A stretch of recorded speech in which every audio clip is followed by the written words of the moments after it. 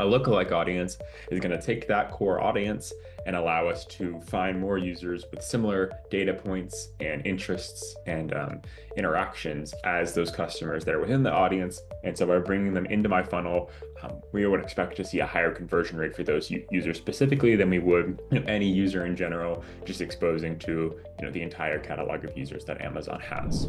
I need to assume that these users have not seen my product before, and I need to use creatives that speak to that, more focused on driving interaction and engagement versus a direct sale. And then we'll be able to use Amazon Marketing Cloud indirectly to measure those sales as they move down the funnel as well. We can now take lookalike audiences and take that a step further. All right, so maybe I want to create a lookalike audience, my past purchasers, like we talked about before, and target people who are looking at like non-branded search terms. So they're not users that specifically purchased from me, like we might also look to target, but they're users that are similar to users that purchased from me, or maybe similar to that high lifetime value audience we talked about.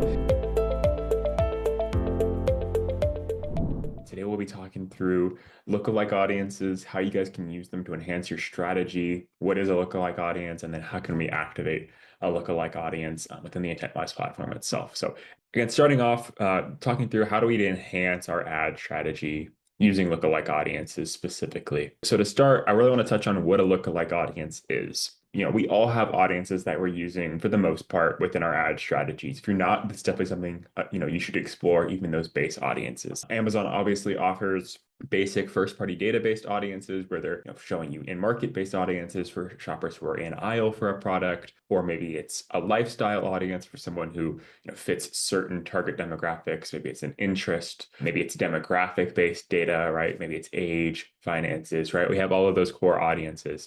And then we also have advertiser-based audiences available within the platform, specifically ones that we can create through AMC, right? So those might be, someone who's purchased from my brand in the last year, but hasn't subscribed to me. Or maybe it is someone who subscribed to me.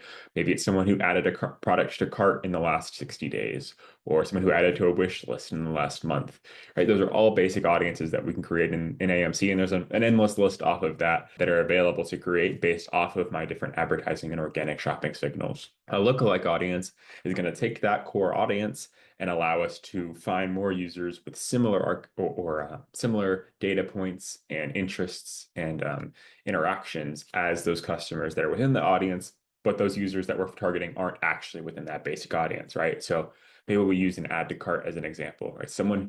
Maybe I have a shopper who added a product to cart, right? I'm going to find someone who looks like them. So they have similar demographic data. They have similar interests. They're in similar in-market audiences, but they're not someone who's added my product to their cart. And maybe they're not even someone that's been exposed to my brand before, right? But because they have a high overlap, we show that there's a decent chance they have a high propensity for my product and my brand.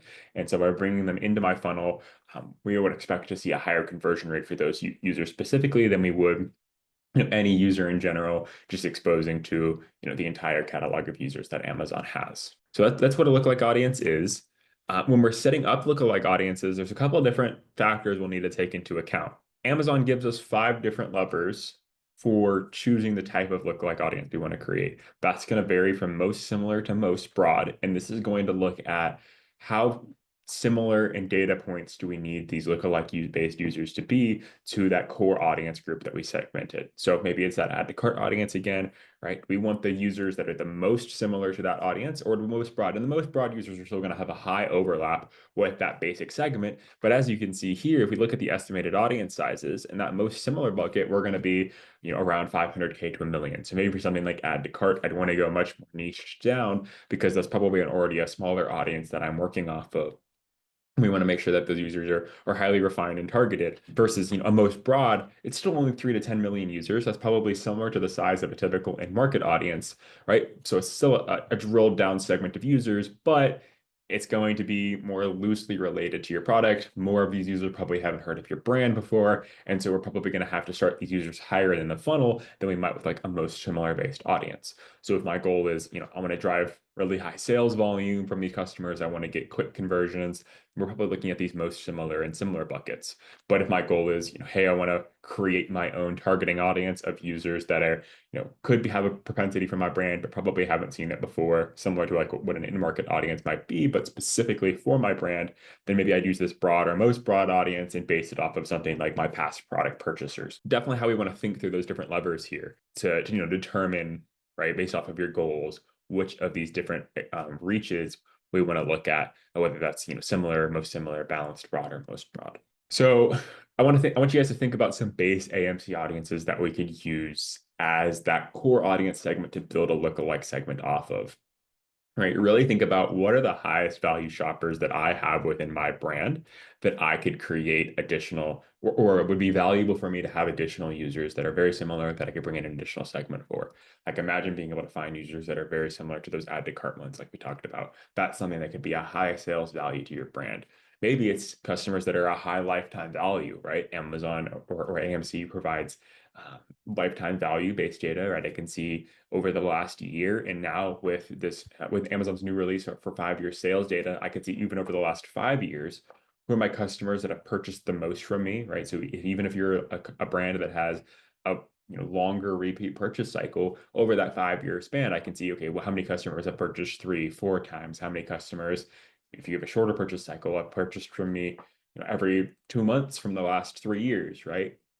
I can find what those customers are that are high revenue but lower spend than my average customers, and I can create an audience of users that look exactly like those. So I'm even taking it a step past users that have just purchased, but users that are repeatedly purchasing without me having to expose them to a high value of ads. So that's another segment that could be super valuable as you guys are thinking about, what core audiences do I use when I'm building out a lookalike audience? Really think about what are those high value shoppers you have.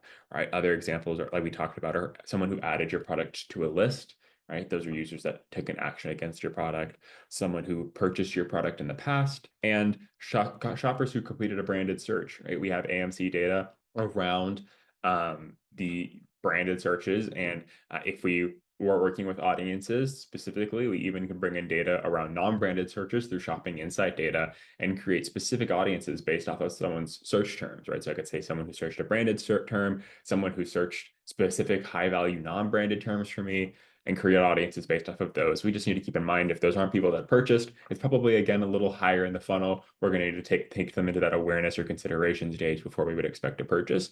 But if I can take into account customers that have not completed a search, either whether that be branded or non-branded quite yet, but are very similar to the users that have, I can get ahead of them specifically within the display assets to make sure that I'm the first brand that they're exposed to as they consider my product category. So those are some base AMC audiences we can use. I think there's probably several others you guys could look at that are just going to be more specific to your brand, right? So we talked about non-branded search terms. Maybe I'm a headphones brand, and most of the customers that I know buy my product are customers that are really focused on noise cancellation as a feature, right? That's what I've seen from my review sentiment, from product testing, right? I really know that people value my product for noise cancellation. Well, I could specifically create an audience of people that have searched for noise cancellation terms using the shopping insights data for audiences, which is now free and available for all advertisers.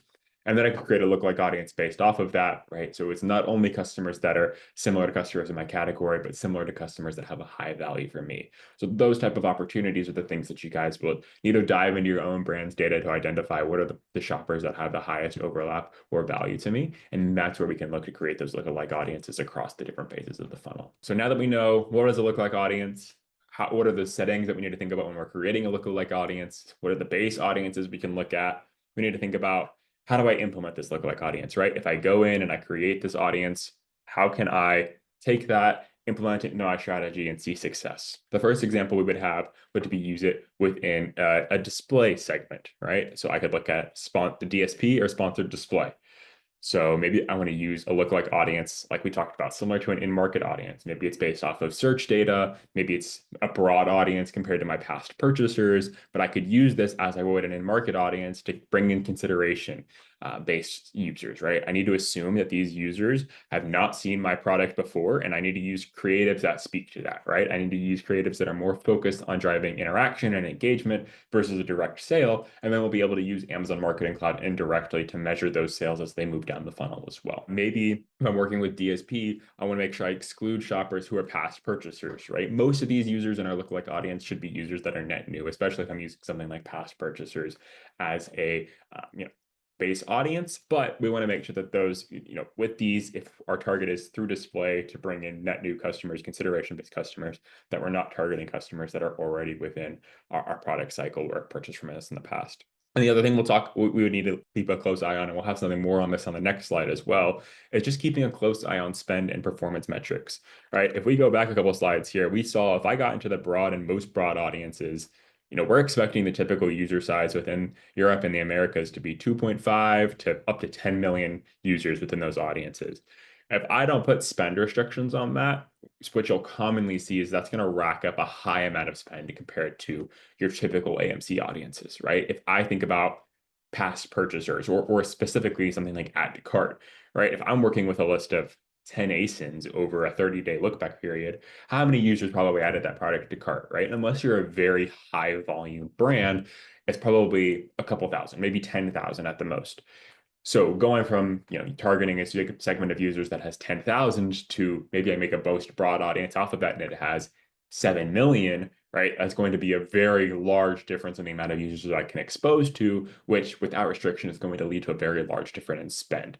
So we need to make sure our spend is dialed in, our settings on those are dialed in accordingly. If we're running this on DSP, make sure we have our frequency cap set with that in mind, right? Knowing that we're looking at a much larger segment of users than we might typically be working with, especially, most comparable to like an in-market based audience. One question we got on that was, can I target competitors' past purchases?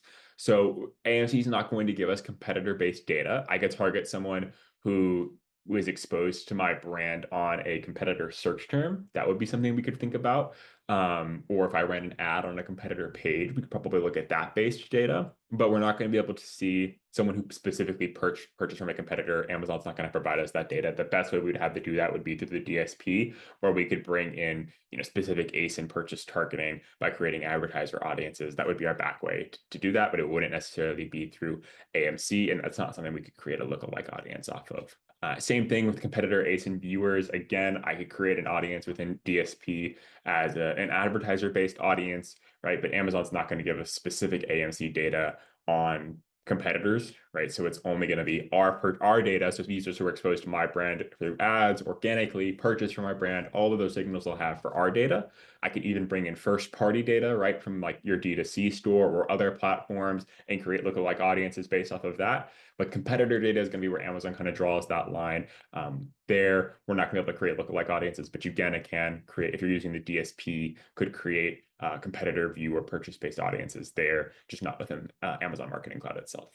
So the other way we'll have to go about implementing these AMC audiences would be through bid boosting, right? So this is a very new feature. If you guys aren't familiar with bid boosting, think about it on the sponsored brands and sponsored product side of it. Think of that very similar to how we would think of about a placement adjustment, right? So you guys might be running placement adjustments within your sponsored ad strategy for top of search, rest of search, whatever that might be, even business placements now. So think about this very similar to that, except instead of boosting my bids for a different placement, I'm boosting my bids based off of an audience segment somebody is in. So common ways we've seen this used in the past is, boosting add to cart purchasers who are completing another non-branded search, right? If they added my product to cart and now they're going back and searching in the product category again, and they haven't purchased from me yet, that's a very high value customer to me because they still haven't made a purchasing decision, but they're definitely considering my product. So I want to make sure I show up for that user. Or maybe it's if I'm in a high repeat purchase product category, someone who purchased from me in the past, and I want to bid boost for those users if they're completing non-branded searches because maybe they're make a switch to a new product. So we can now take lookalike audiences and take that a step further.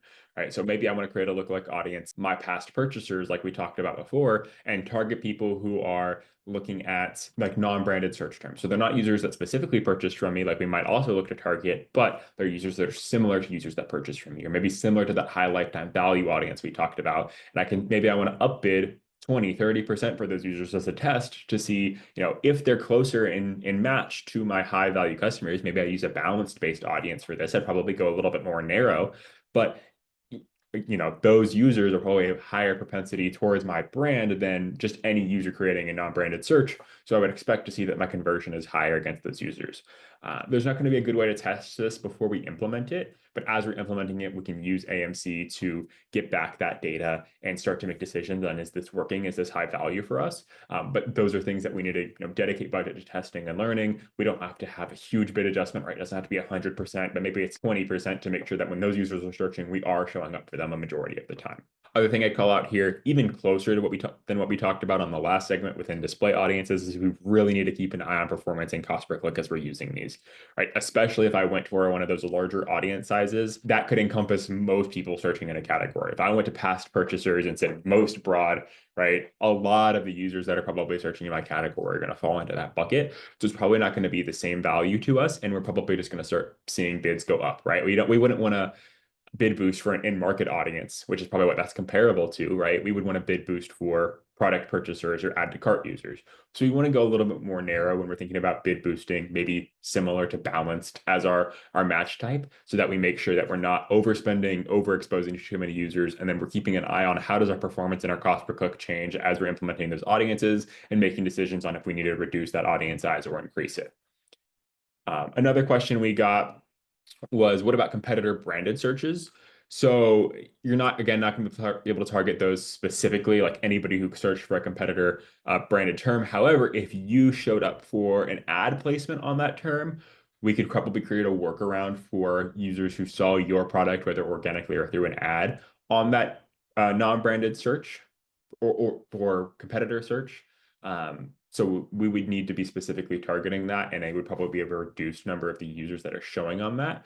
But that would be a way we could work around to that. But again, competitor-based data is going to be a little limited, right? I mean, you wouldn't want your competitors to be able to do that, whether it's user purchases or branded searches to you. So Amazon has some stricter guidelines and borders when it comes to competitor-based data than it was with your own branded data.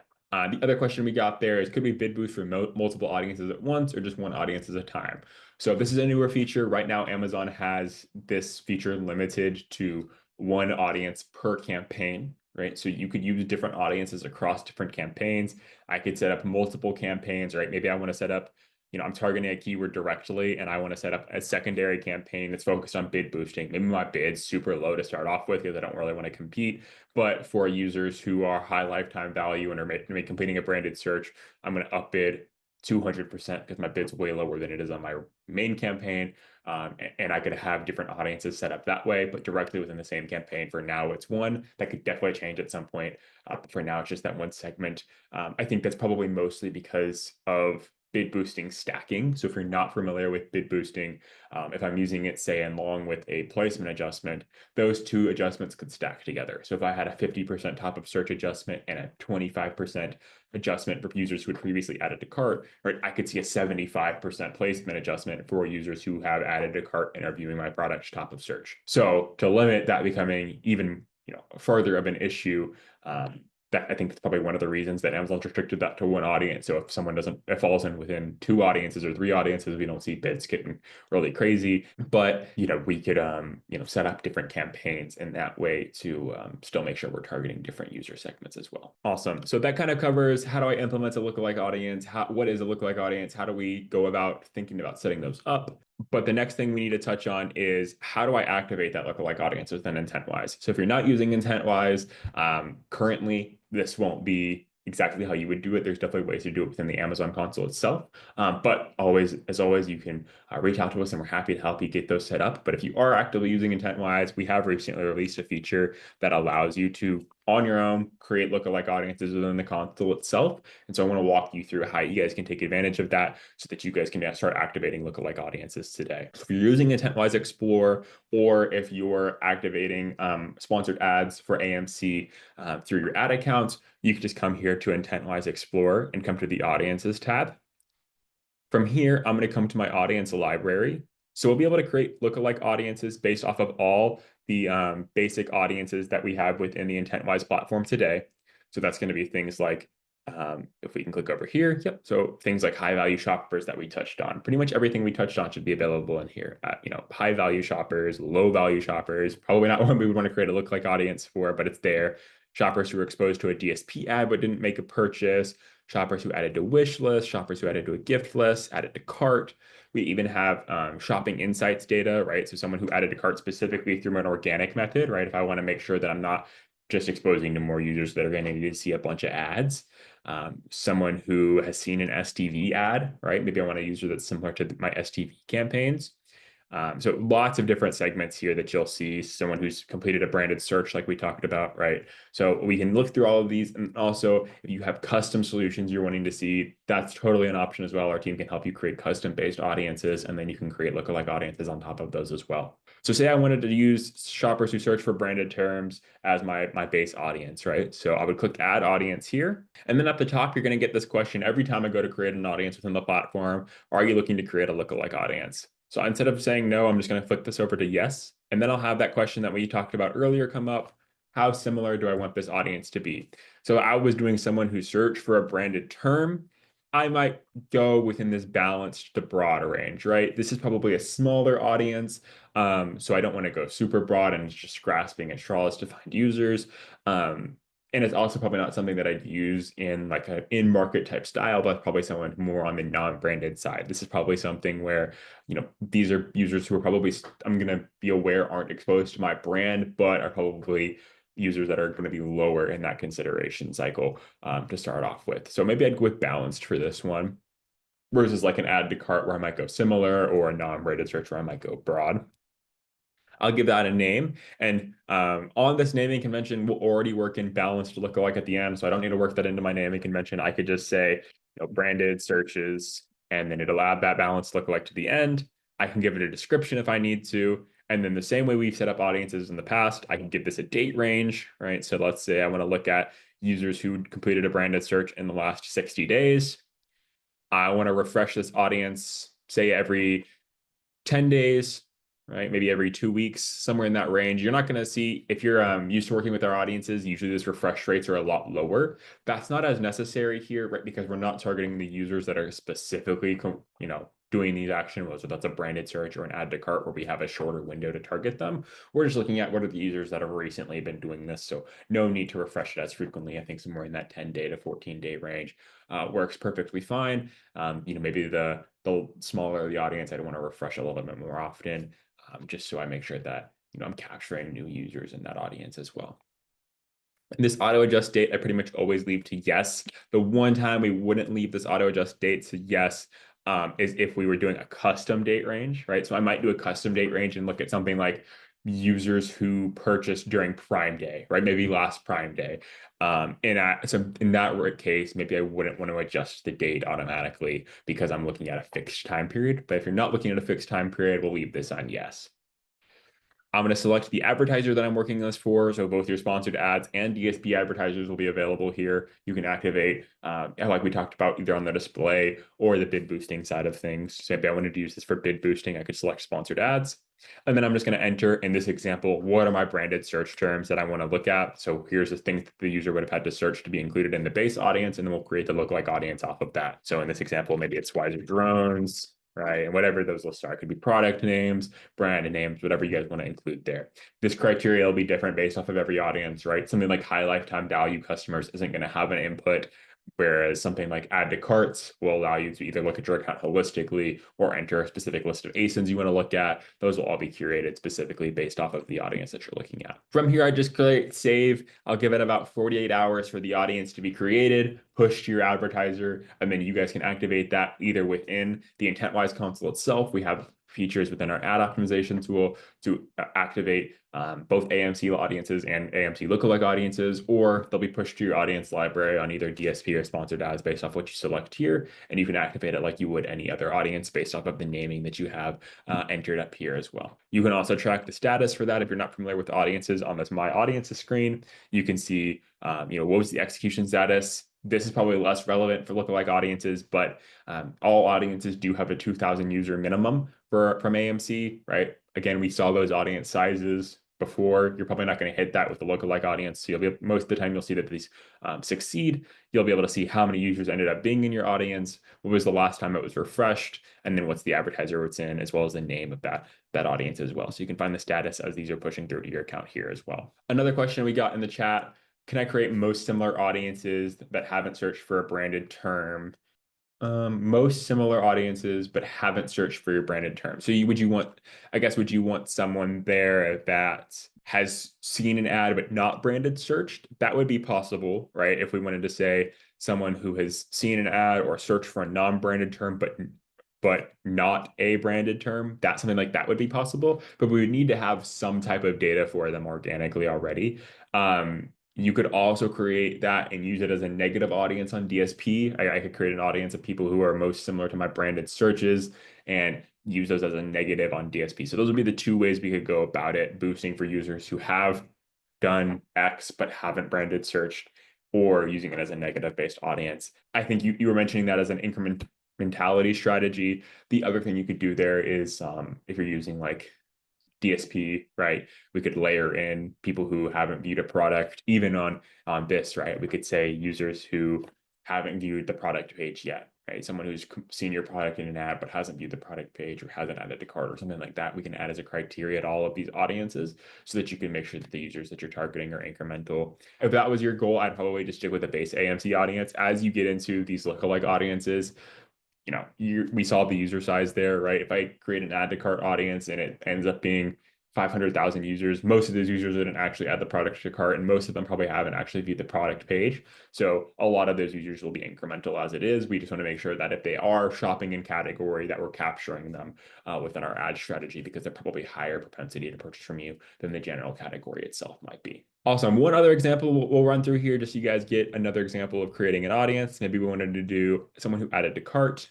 Right, so I'll click add audience again. I'll click yes. Maybe this one I want to go similar, right? Again, we talked about using this as like a bid boosting strategy. So I'm going to create someone who added to cart, very similar, and I'm going to bid boost for them because they have a higher propensity for my brand than the average user. I'll name this add to cart. I give a description again. Maybe I want to go a little bit smaller on the date range here. Maybe I'll go 30 days. And because it's probably a smaller audience, I'll refresh it every 10 days. We'll keep this auto adjust to yes. And then I'll select my advertiser, whether that's sponsored ads or a DSP advertiser. And then I can choose if I want to execute this for specific ASINs or not. If I click no here, we'll execute it for every ASIN in your catalog. Or I could click yes if I wanted to break this down by, say, product category or a product group or a product type.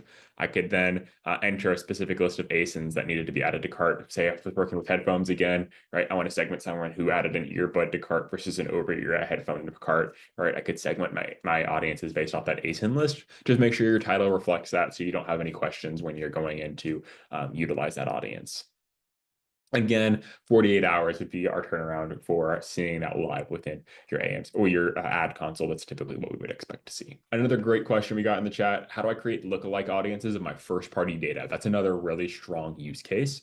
Lookalike audiences specifically aren't quite available. Well, they're available, but not available within the templated audience segment here. That's something you would need to get our team's help on, but we can 100% execute that. And we are hoping to implement first-party audience sets within this audience library in the near future, to where you would be able to do that natively within the console like we did for these other audiences. So if that's something you wanted to do, you could just use our data upload tool. So I would come in here, I'd create a new table, I'd give that table a name, enter all my information, doesn't contain PII information, right? And then I could upload things like who's my past converters, who are my high value shoppers on my D2C site, right? When did they purchase? And then I could create an audience based off of all of those data sets and create a lookalike off of it. Again, right now that would just need our team's help in the back end, and in the near future should be available for you guys on the front end to execute as well. But 100% something we can execute. And if you're using first party data, something I would definitely recommend looking at. Awesome. Well, that is the bulk of what I had to show you guys today, but want to open the floor up to any questions you guys might have on lookalike audiences, how we can implement them, how we can use them. Definitely as we head into things like Prime Day in a couple of months, I think lookalike audiences are something that are super valuable and that I would recommend you guys test in the lead up to that to see if it's something that could be a good strategy as we head into that tentpole period.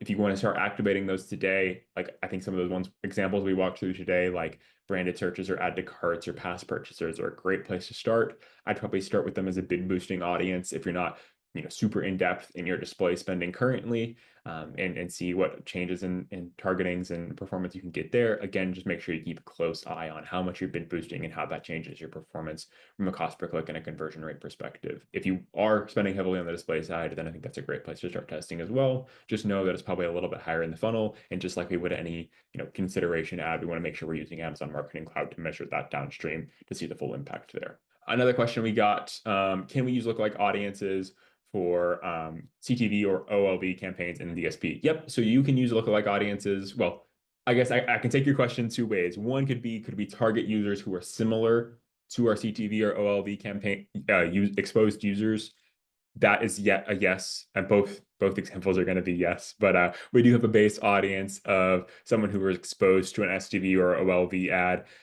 This one is they also click a sponsored product or sponsored brand ad, but we have this without that in here as well. We would just need to find that in this list. So that is totally possible. Then the other way of that would be, could I use this as an audience within those strategies, right? If I created someone who was similar to my add to cart users, could I use that as a targeting strategy within OLV or streaming TV? And the answer to that is also yes. These audiences are fully functional as they would be any other in-market audience, any other AMC audience, any advertiser audience. You can use them as negative audiences on DSP. I can target them directly on DSP. I can target them in sponsored display. I can use them as bid boosting, full functionality like there would be for any other audience. What's the best place to view performance metrics for bid boosting audience? That's a great question. Unfortunately, Amazon hasn't provided us very much data around that. So there's not a great way to get specific insights into how is users who have specifically been bid boosted against seeing their performance changed.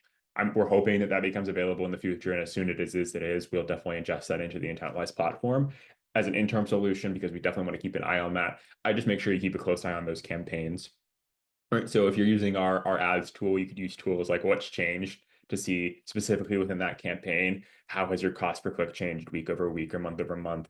How has your conversion rate changed? How has your click-through rate changed, right? And while we're not going to be able to say directly, okay, 100% that these customers or changes that we're seeing came from bid boosting, we'll be able to get a pretty good idea, right? If we see a 20% cost per click swing or a 15% conversion rate swing, and we're not seeing that across the board, that probably came from having that bid boosting implemented. So, but that's how we can kind of get a backwards way of testing that now, and then our hope is in the future that that'll be more readily available data as well. Awesome. So I think that's all the questions. I appreciate you all joining today. That community link that I just mentioned is right there in the chat now as well. I appreciate you all taking the time, and you guys have a great rest of your day and a great rest of your week as well.